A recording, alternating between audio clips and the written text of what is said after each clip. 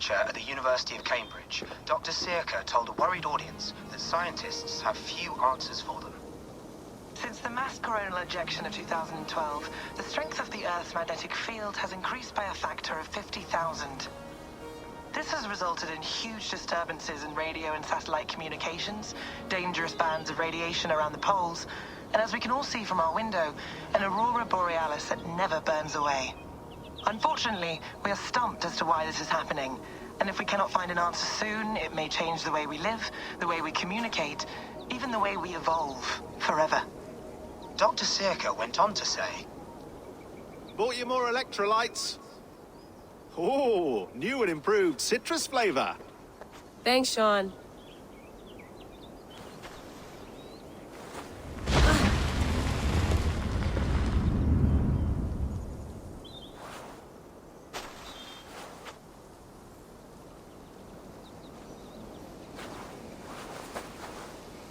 How do we fix this? How are you the key to everything?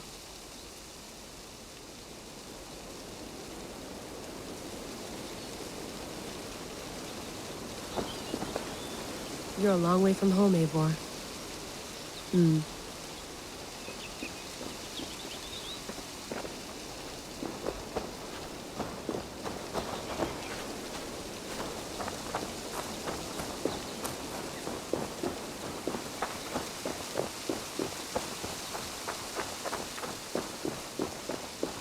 Did you get my tea?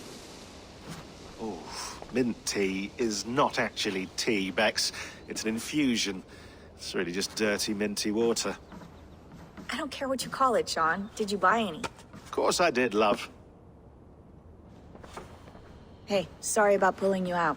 The generator was sputtering. That's fine. I needed air. How is the Animus data stream? Comfortable? Felt pretty stable after a while. Good. Just give me a sec and you can jump back in.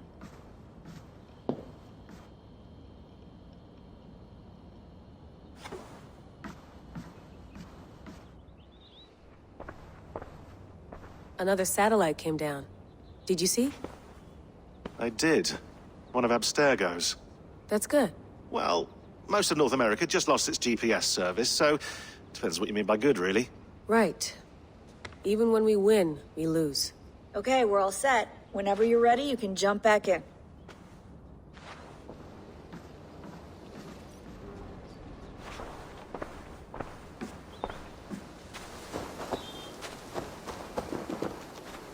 Some quality stuff here.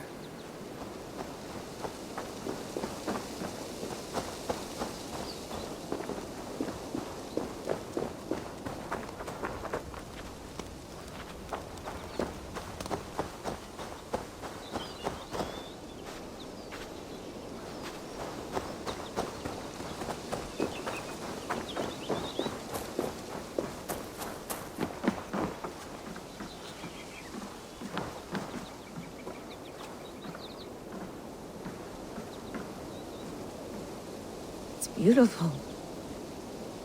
But it's not normal.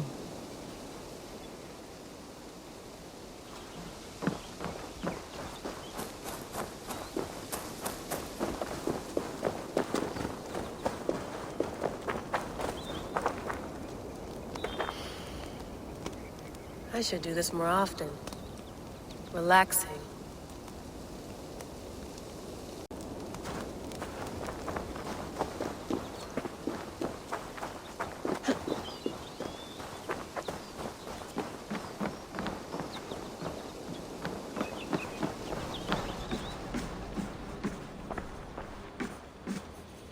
That's quite nice. Soothing. You mind if I put some music on? Go for it. Cool.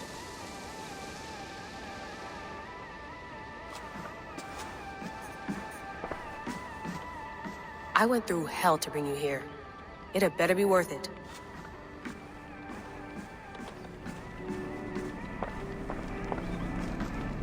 Be nice to sleep in a real bed when this is over.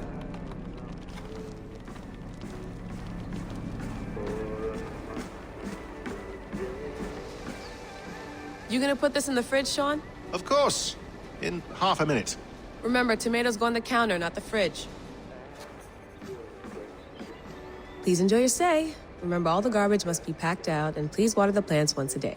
Yeah, I won't remember that.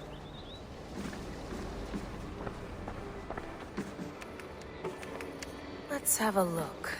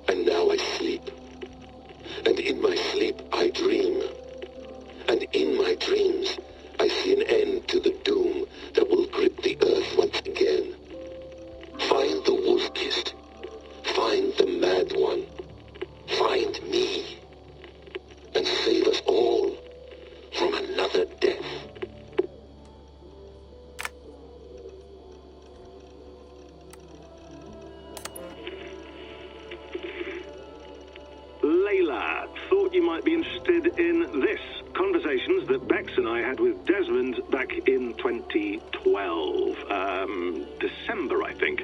Just candid talks, that's all. We didn't square any circles or write any beat poetry. But he did have some interesting insights into his time in the Animus and what it means to be an assassin. Anyway, have a listen. You might find you and he had similar experiences, so, well, let me know what you think. Unless it's to tell me I sound like a total prat in these recordings. If that's the case, just say nothing. I mean, I did have a slight cold at the time I recorded these. That's probably why I sound odd. Anyway, okay, I'm done anyway, so turn off. Turn off. Oh, it's actually just a button. Sorry, here we go.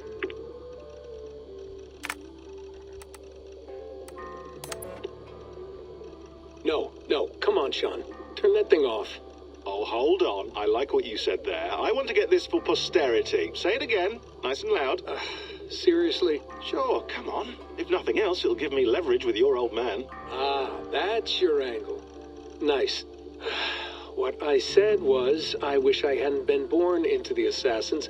I wish I had chosen this life. Is that good enough? Sure, but why is that?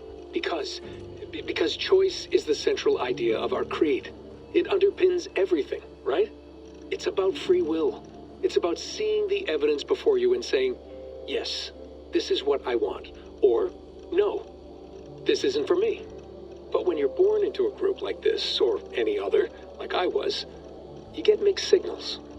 You get told over and over again, this is what we believe. These are the rules. This is reality. No deviation. And if you question it, oh, they look at you like you killed a puppy. That's hardly free will. It's a weird irony when free will is your central belief, but nobody wants you to believe otherwise. I don't know how to say it exactly, but I always thought there was something self-destructive about our creed. If free will is the most important moral guidepost we have, we should be free to ignore it. To choose submission, for example. You know what I mean? Like, we should be free to side with the Templars. If it's really my choice, I could do that. Right. It's almost self-refuting. A democracy could democratically elect a dictator or choose to get rid of democracy altogether. Within our creed is the seed of its own destruction. That's what makes it powerful, I think. And fragile. Right. The more freedom you have, the more risky it is, you know? Anyway, my dad has mellowed over the years, but he was strict when we lived on the farm. He ran a tight ship. I never got the impression that I was free to choose my path forward. Our creed, our tenets, they were drilled into my head. By the time I was a teenager, I was following these rules out of a sense of duty. This was just what we did. That happens to a lot of organizations over time. The stagnation sets in, you know? The fundamentalism. Yeah. Following the rules becomes more important than achieving whatever goal you set out for yourself. And people start to lose sight of the reason the rules exist. That's called deontology, or a form of it. Following a rule for its own sake and not for the consequences it has. Yeah, but that feels backwards, doesn't it? Well, I think so. Following a rule is the easy part. Praying, taking a sip of wine, munching on a wafer. Rituals that give comfort. But that's just going through the motions. It makes people feel like they're doing something. When the hard work is, well, actually getting off your ass and doing something productive. I think people just want boundaries. Tight boundaries. They want to see the four walls that pen them in. I don't disagree. Anything outside that, anything that makes life more complex, that's scary. That's why I envy you. You chose this life. You went through that process and you decided, yes, I believe in this. Sure. It didn't stop me from being an insufferable know-it-all as a teenager, but I see your point. I would have loved to have been a know-it-all. I knew nothing. Not until you guys found me. Yeah. It wasn't until I met you, and Bex and Lucy, that I knew. I knew I wanted to be an assassin. Oh, thanks, Des. Come here. Bring it in, bud. I don't normally like touching, but I'll make an exception now. I am not hugging you. You sure? Hold on, I'll just set this here. Do you guys record everything we talk about? Not everything, but you've been using the Animus so much, I thought this was a good chance to learn some things about prolonged exposure. So I'm your guinea pig. No, my guinea pigs are all dead. The Animus was too much for them to handle. Cute. Can I ask you about the bleeding effect? Any recent flashes? Any memories resurfacing? Yeah, the usual things. Ghost images of Altair and Ezio a few times a day. Nothing intrusive, just brief moments. They pass quickly, almost without me noticing. Like a figure in the corner of my eye. Or remembering a dream from the night before. I did have one extended hallucination a few days ago. It was Ezio. He was older, around the time he left Cappadocia. He was standing on the deck of a ship, alone. And through him, I could feel an intense regret or guilt. And it felt to me like he'd had a loss of faith in himself, in the creed, like he couldn't keep it up, couldn't stay true to his ideals.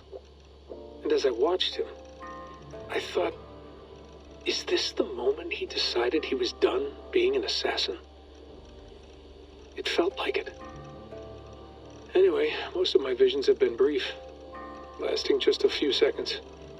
They're like complete memories of small moments that appear suddenly out of nowhere, fully formed. It's a strange feeling. Okay, anything else? I'm starting to see Connor now, too. Though I hear his voice more often than I see him. I'm sure that will change. Oh, yeah, and yesterday, just before bed, I had a memory of being on a beach in the Caribbean with a bunch of sailors. Or maybe they were pirates. I don't know. No idea. Huh, we'll look into that. And how do you feel in general? In general? Well, I feel older, for one. Much older. And it's strangely comforting. I'm collecting the memories and skills and thoughts of so many people. I feel like I've lived a few hundred years or more. Is it possible that if I do this for too long, it'll push my own memories aside? That I'll be everyone but myself after a while?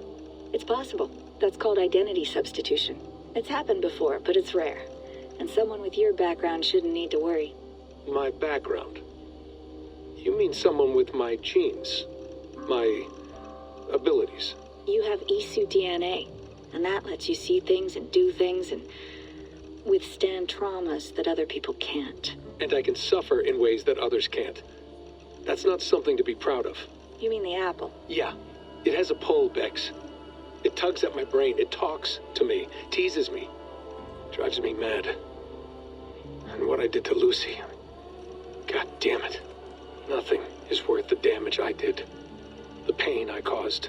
I know.